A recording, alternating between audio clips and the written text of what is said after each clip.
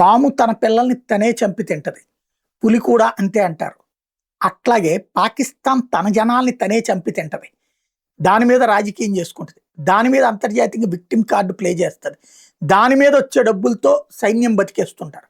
ఈ విషయాన్ని తాజాగా పాకిస్తాన్ ఆధార్ రజీ రుమి ఒక అంశాన్ని ప్రత్యేకించి ప్రస్తావించారు. 2015లో పెషావర్లో జరిగినటువంటి దారుణ మారణకాండ, 150 మంది స్కూల్ పిల్లల్ని అరాచకంగా చంపేసినటువంటి ఘటన వెనకాల పాకిస్తాన్ ఇంటర్ సర్వీసెస్ ఇంటెలిజెన్స్ అంటే పాకిస్తాన్ గూఢచార సంస్థ హస్తం ఉంది.